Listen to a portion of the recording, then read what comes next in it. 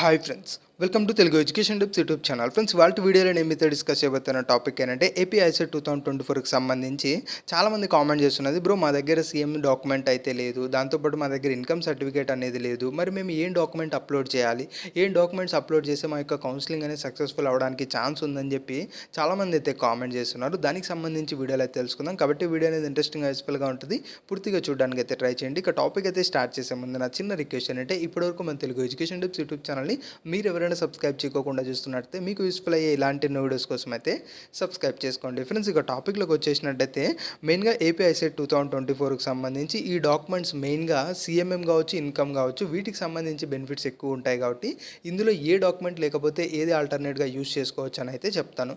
ముందుగా income certificate గురించి అయితే మాట్లాడదాం. ఫ్రెండ్స్, ఇక్కడ ఇన్కమ్ సర్టిఫికేట్ అనేది కొద్దిమంది తీసుకొని ఉండరు.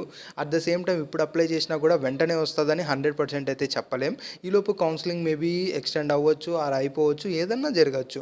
మరి మాకు ఆ యొక్క ఇన్కమ్ సర్టిఫికేట్కి సంబంధించి బెనిఫిట్ పొందాలి అంటే ఏం చేయాలి అంటే, మీ దగ్గర రేషన్ కార్డ్ అయితే ఉంటుంది కదా, ఆ యొక్క రేషన్ కార్డ్ని మీరు ఇన్కమ్ సర్టిఫికేట్గా యూజ్ అనేది చేసుకోవచ్చు.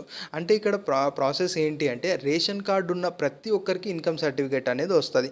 At the same time ration card ఎవరు ఉంటుందంటే, ఎవరికైతే పూర్ ఉంటారో వాళ్ళకి రేషన్ కార్డు ఉంటుంది.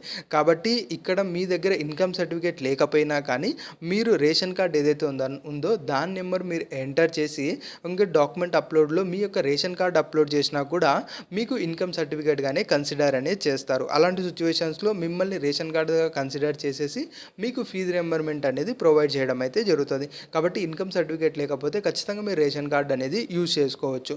ఇక రెండవది ఏంటి అంటే, మనకు సిఎంఎం కన్సాలిడేటెడ్ మార్క్స్ మెమో. చాలామందికి యూనివర్సిటీస్లో ఓన్లీ పీసీస్ అయితే ఇచ్చారు, కన్సాలిడేటెడ్ మార్క్స్ మెమో ఇవ్వలేదు అని అయితే చెప్తున్నారు.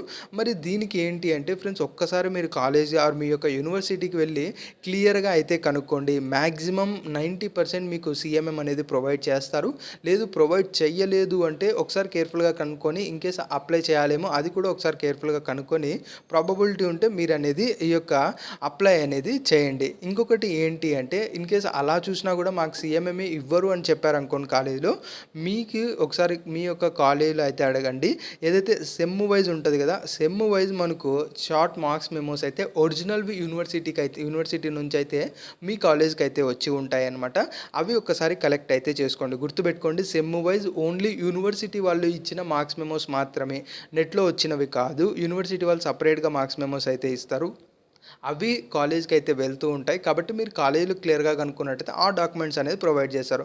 అవి ఓవరాల్గా మనకు 6 సెమ్స్ ఉంటే 6 సెమ్, 8 సెమ్స్ ఉంటే 8 సెమ్స్, అవి డాక్యుమెంట్స్ వస్తాయి కదా, వాటిని అన్ని పీడిఎఫ్గా తీసి ఆ పీడిఎఫ్ మీరు మెడ్ చేసి అప్లోడ్ చేసినా కూడా మీ యొక్క కౌన్సిలింగ్ అనేది 99% సక్సెస్ అనేది అవుతుంది. మా దగ్గర ఇవి కూడా లేవు అని ఎవరైతే సిచ్యువేషన్లో ఉన్నారో వాళ్ళకున్న వే ఏంటి అంటే, వాళ్ళు ఒక విధంగా అయితే ట్రై చేయొచ్చు. అది 100% కన్ఫర్మ్ అవుతుందని నేను కూడా చెప్పలేను.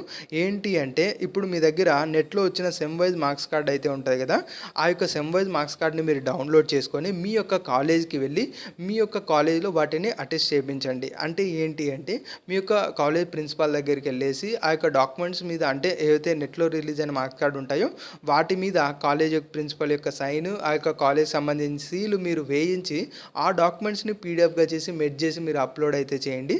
అప్పుడు కూడా మనకు 90% మీ యొక్క కౌన్సిలింగ్ అనేది సక్సెస్ అవ్వడానికే ఛాన్స్ అయితే ఉంది. ఇవి మెయిన్గా ఉన్న పాసిబిలిటీ వేస్ అనమాట. ఇందులో షార్ట్ మెమోస్ ఒరిజినల్ ఉంటే అయిపోతుంది, నో ప్రాబ్లం.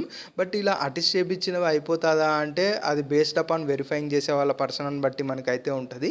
కాబట్టి ఒకసారి ఈ విధంగా కూడా ట్రై చేయండి. మనకు మ్యాక్సిమం ఛాన్సెస్ ఉంటే మీ యొక్క కౌన్సిలింగ్ అనేది సక్సెస్ అవ్వచ్చు. ఇది ఫ్రెండ్స్, మెయిన్గా వీడియోలో తెలుసుకున్న వీడియో నచ్చినట్లయితే లైక్ చేయండి. మరి ముఖ్యంగా మన తెలుగు ఎడ్యుకేషన్ టిప్స్ యూట్యూబ్ ఛానల్ని మీరు ఎవరైనా సబ్స్క్రైబ్ చేయకుండా చూస్తున్నట్లయితే మీకు యూస్ఫుల్ అయ్యే ఇలాంటి ఎన్నో వీడియోస్ కోసం అయితే సబ్స్క్రైబ్ చేసుకోండి.